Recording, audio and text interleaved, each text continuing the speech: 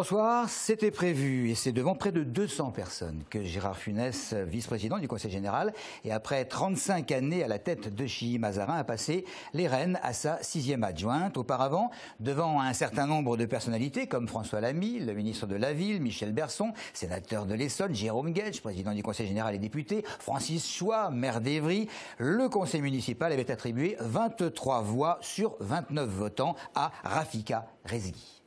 Je prends conscience de l'immense responsabilité qui est la mienne aujourd'hui, puisque aujourd'hui je dois représenter l'ensemble de l'équipe municipale auprès de nos concitoyens. Je souhaite leur faire la démonstration que je suis une maire à leur écoute, disponible. Les élus de la majorité municipale faisaient bloc derrière ma candidature, m'ont accordé leur confiance et cette confiance, je souhaite en être digne et je souhaite travailler avec eux pour que chaque jour, nous soyons utiles aux habitants de Chilly Mazarin. Rappelons quand même que l'opposition qui présentait 2 candidats, outre les 2 élus socialistes démissionnaires, a ironisé sur la succession du maire, qualifiée de, je cite, manipulation politique.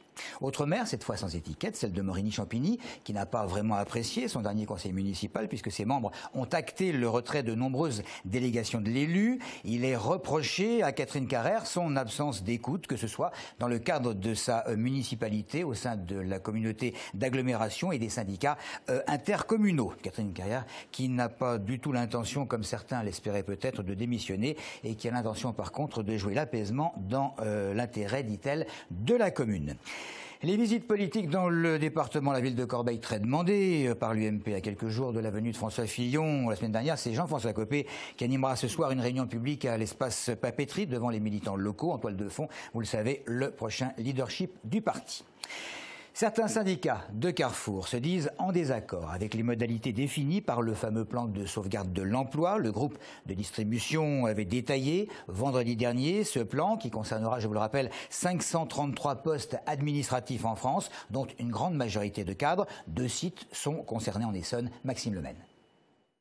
Vendredi dernier, Carrefour a présenté au syndicat son plan de sauvegarde de l'emploi. 533 départs volontaires sont prévus, principalement des postes de cadres administratifs. Sur le département, 3 des sièges de l'enseigne sont concernés, les Ulysse, Massy et Ivry-Courcouronnes. Ce dernier connaîtrait 287 suppressions de postes selon la CGT, qui regrette que les cadres ne se montrent pas plus combatifs.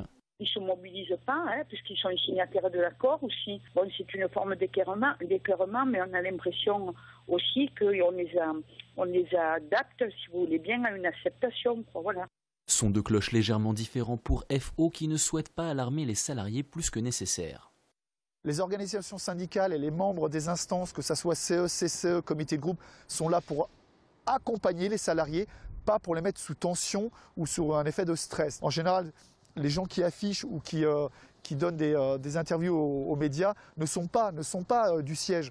Autant ce soit des gens du magasin, mais nous, les sièges, vraiment, on est impactés. Il faut que ce soit des gens des sièges qui parlent de ça. Contacté cet après-midi, la direction de Carrefour réaffirme qu'il s'agit bien du plan de départ volontaire déjà évoqué au mois d'août. Il n'y aura donc aucun licenciement, les salariés concernés seront tous reclassés. On passe aux zones de sécurité prioritaires. Pour ce qui concerne celle des Tarterets à Corbeil, le préfet et le procureur ont il y a quelques jours présenté les objectifs visés par le dispositif. 4 objectifs, les luttes contre les violences urbaines et violences organisées, contre les atteintes aggravées aux personnes et aux biens, mais également contre l'économie souterraine et contre l'occupation illicite du domaine public et privé. Là, c'est une grande référence pour ce dernier point au hall d'immeubles.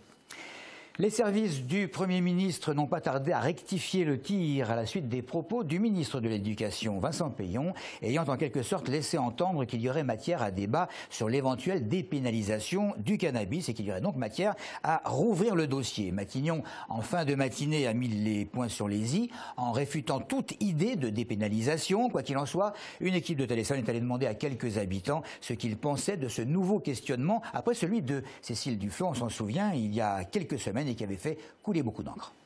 Il faut prévenir ce genre de choses-là et ne pas légaliser ces drogues. Parce que bon, ils voudront certainement prendre des drogues plus fortes et moi je pense que c'est une mauvaise chose.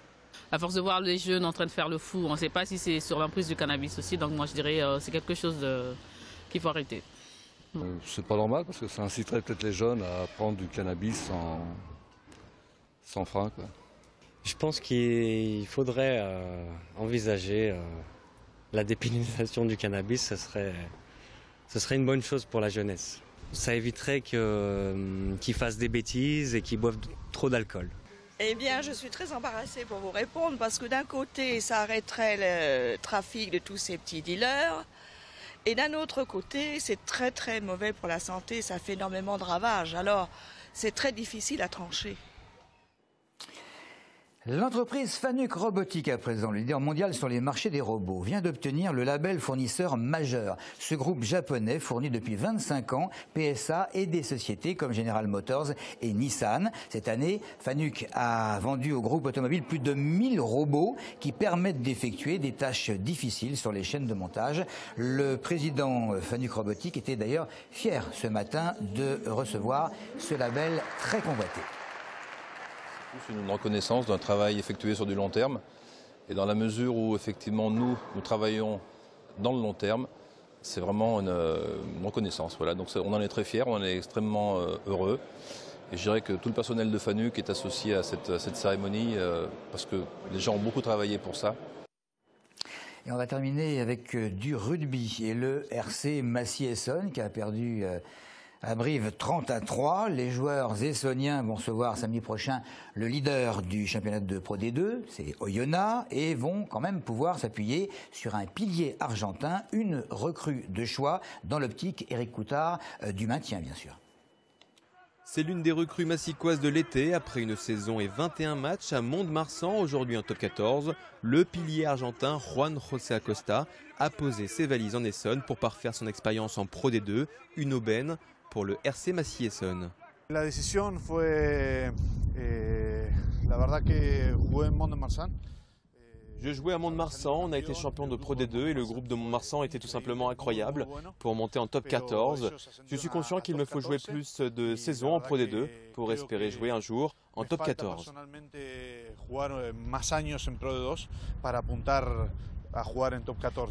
Surpris par la qualité du groupe massicois, Acosta aura cette saison pour objectif de gagner du temps de jeu, mais aussi d'apporter son expérience. Si l'Argentin a déjà trouvé sa place dans le groupe massicois, il doit devenir un leader en mêlée et faire progresser la première ligne essonienne. De nombreux espoirs sont fondés sur son potentiel par le staff essonien. J'espère pour Massy, le premier objectif personnel, c'est que Massy maintienne comment se dit, le niveau de Pro D2, oui. Et je pense que c'est possible parce que c'est une équipe très très bonne. L'expérience de Juan Acosta sera précieuse cette saison dans la lutte pour le maintien du RC Massy-Essonne. Voilà donc pour l'essentiel de l'actualité. Merci de votre fidélité.